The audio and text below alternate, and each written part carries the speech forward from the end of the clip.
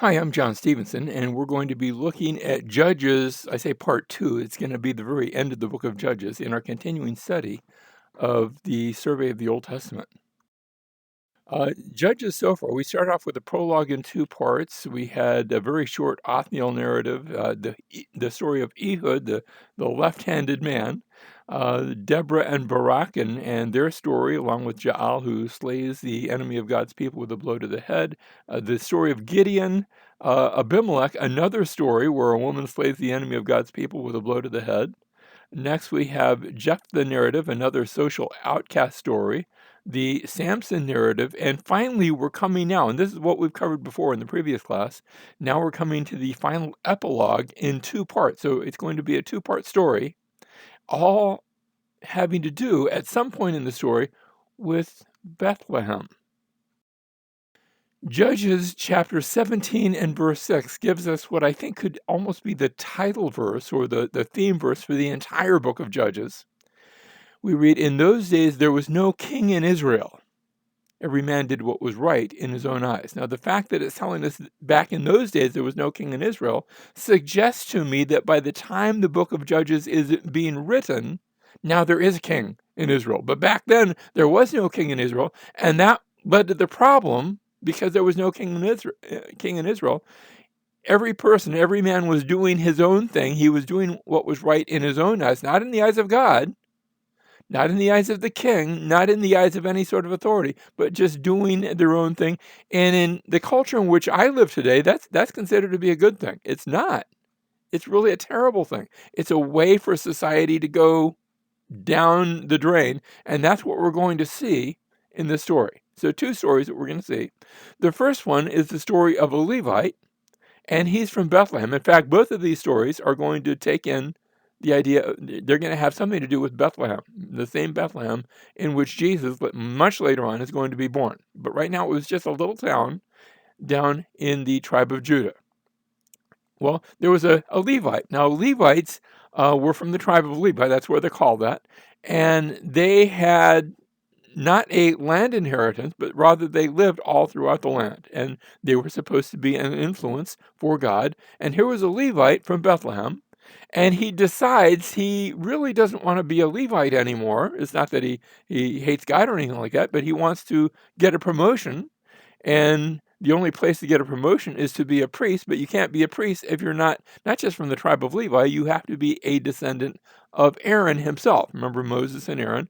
It's only Aaron's line that are priests, and he's not from Aaron's line. He's just a Levite from some other family member. And so he decides to go out and seek his fortune.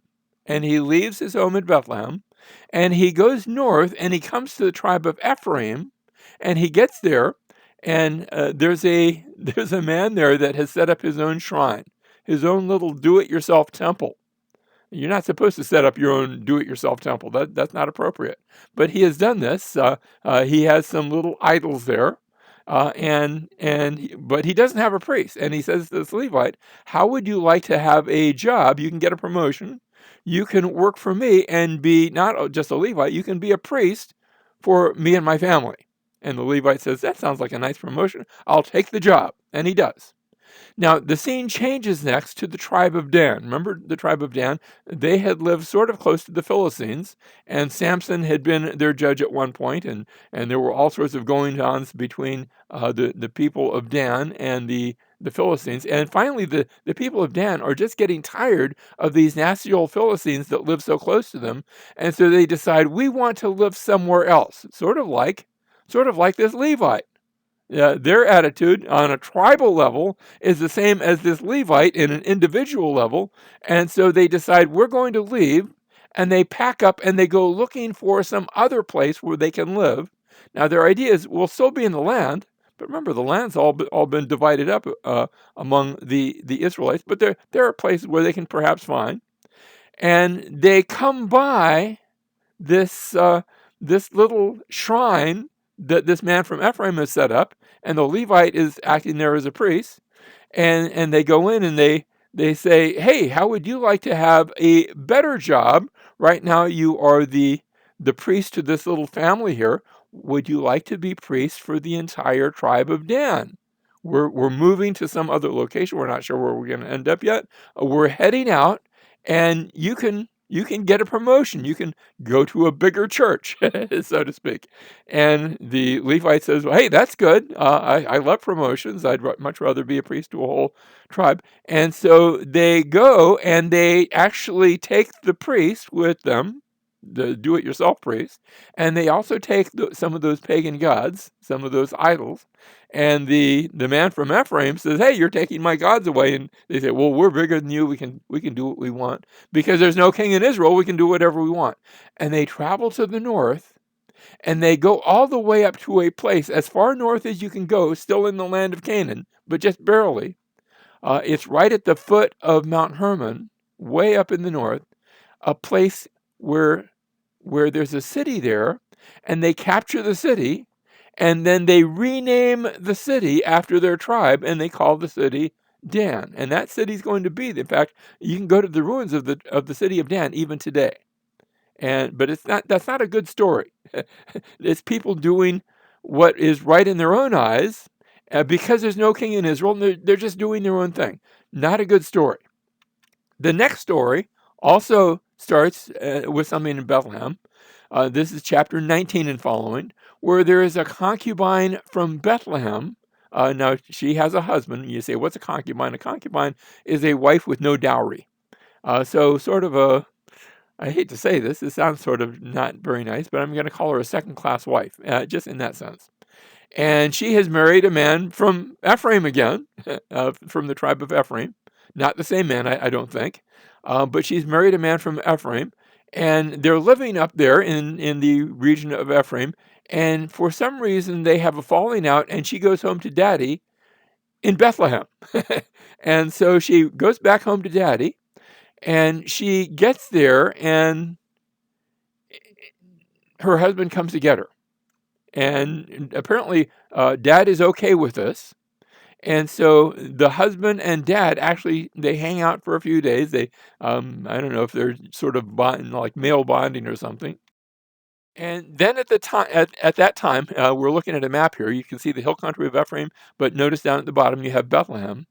And then after a number of days, it's time for the man from Ephraim to go back home, and he's going to take his concubine with him. And so they're going to set out, and dad says, "Why don't you stay one more day?" He stays one more day. "Why don't you wait until this afternoon?" And he says, "I really need to get going, you know." And so eventually he sets out. Yeah, they've been in Bethlehem, and now they're going to set out from Bethlehem. And as they are going north, you've got the man, you've got the concubine, and you also have the manservant. He hasn't gotten much press up to this point, but he's there too. And they come up to the city of Jebus. That's the ancient name for Jerusalem, one of the ancient names. And the servant says, "You do not want to stop here. This is a Canaanite city, and bad things can happen, so let's not stop there." And so they continue going until the late hours. The sun's almost set, and they come up to the town of Gibeah. Now, notice there's a Gibeon, but this is Gibeah. They sound alike, but there's two different places. Gibeah is a town in the tribe of Benjamin. They haven't gotten back home to the hill country of Ephraim yet, but they're on their way. And they get to Gibeah, and there's a man there who happens to see them. "Hey, how are you doing? Welcome to Gibeah. What are you up to?" And they say, "Well, we decided we're just going to camp out here in Gibeah and then continue on our way tomorrow." And he says, "You do not want to camp out here. Some bad things can happen here." It's sort of like what had been said about that Canaanite city. "Why don't you spend the night here at my house?" And he invites them in. And while they are there in the evening, the men of Gibeah hear that an outsider has come. Now, you say an outsider, he's an outsider from a different tribe. He's still from the tribes of Israel, but he's an outsider from Benjamin. And they gather around the house and they say, "Open your door and come out to us. We are going to just do some nasty things to you, sexual nasty things." It's a little like Sodom and Gomorrah. In fact, it's very much like Sodom and Gomorrah, except there's no angels there. And they say, "We don't want to open the door. Open the door. We are determined to do this nasty thing to you." And so they take the concubine and they throw her out the door. Now this is not a good story. There's no heroes in the story. And they throw the concubine out the door, and the men take her and rape her. Notice it wasn't about, homosexuality per se, although it was going to have that form, but now it just turns into regular rape. And neither one is good. It's not like one is better than the other. This is a terrible story. And they open the door the next morning, and her body is lying there, and they've not only raped her, they've killed her. And so the man takes the wife of his concubine home. And when he gets home, he takes her body and cuts it into 12 pieces.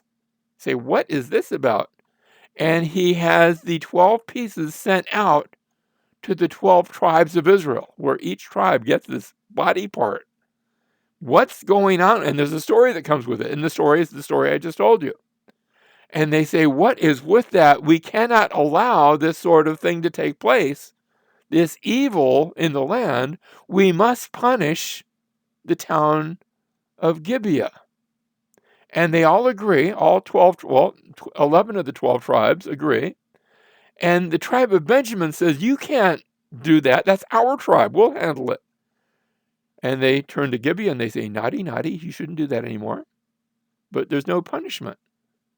And so the other tribes now are going to make war against Benjamin, who is protecting Gibeah. And there's an all-call where every city is required to send out people to come and fight with Benjamin.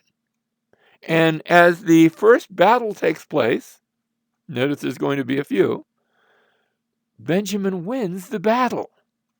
And apparently the ones that were leading the battle was the tribe of Judah, that's nearby, and 22,000 men of Judah are killed in the battle, and it is a loss for the other tribes against Benjamin. Benjamin wins. Well, what do? They get themselves back together, and they come back for a second attack, a second battle. And in the second battle, again, Benjamin wins, and this time 18,000 men over the course of Israel, I'm not sure what tribes, but just of Israel, are killed. Casualty lists are going through the roof. And again, Benjamin has won. And they come back a third time, what's going on here? And this time Benjamin is defeated, and the tribe of Benjamin is almost wiped out. There's only 600 men from Benjamin that survive. And the women of the tribes of Benjamin are taken away. That's taken as spoils of victory. And the people of Israel swear an oath that they will not give any of their women in marriage to anyone from Benjamin. An oath before God. So now it turns out when they look at the numbers, that no one from Jabesh Gilead had participated. This was a city that was over on the east side of the Jordan. A city, remember how the tribes of Reuben and Gad and half the tribe of Manasseh had not crossed the Jordan. They had said, this is the part that we want for our inheritance. And it's one of those peoples, the peoples from this one city. When you say Gilead, that's always on the east side of the Jordan. And Jabesh Gilead is a city there. And they had not participated. And so Israel comes up against them and punishes that city and takes the women. And now afterwards, they're beginning to wonder, okay, we're down to, well, we still have 12 tribes, 13 if you count the Levites, but I'm not counting them because they don't have a tribal inheritance. So 12 tribes, but Benjamin, we took all of the women away, and there's 600 men, and there's only going to be 11 tribes, and that's not the way it's supposed to be. Even though Benjamin was naughty and they were really bad, and we punished them, what do we do now? So they make some provisions for Benjamin. And plan one was the punishment of Jabesh Gilead we just talked about, where all the people of Jabesh Gilead are put to the sword, except for 400 virgins who are now given in marriage to the men of Benjamin, where Benjamin is going to be able to continue as a tribe. Hopefully they've learned their lesson. That's the idea behind this. But remember, 600 men of Benjamin, only 400 brides. What about the other 200 men? Are they going to be bachelors for the rest of their life? And they come up with plan B, plan 2, and that involves a certain ritual that they would have, where they're going to have certain times where there are festivals, and the men, this takes place at Shiloh. Shiloh is a place of worship. It's where the tabernacle was. This is before the temple. And the men of Benjamin are allowed to, quote unquote, kidnap wives from the daughters of Shiloh who come down to dance at the festival. So if you're a single woman and you haven't been able to get a husband, don't run very fast, and you'll be caught and taken, and you'll become husband to one of these men of Benjamin. And the book ends. In those days, there was no king in Israel. Every man did what was right in their own eyes. And we see that both in the story of the Levite from Benjamin, remember, the Levite from Bethlehem, I'm sorry. We see that in the story of the concubine from Bethlehem, very terrible story, that it was bad times. And we're going to see it in the next story. You say, I thought there were only 2 stories at the end of the book of Judges. The next story is found in the book of Ruth, where Ruth and Naomi are going to return to Bethlehem. See how we have all 3 stories. And at the end of that story, now that's going to be it starts out bad, but it's going to turn to a good thing. We'll see that next time when we look at Ruth, where Ruth will have a child who will also have a child, and Ruth is going to end up as the great grandmother of the one who will be the king in Israel, and that will be David. But we'll see that next time.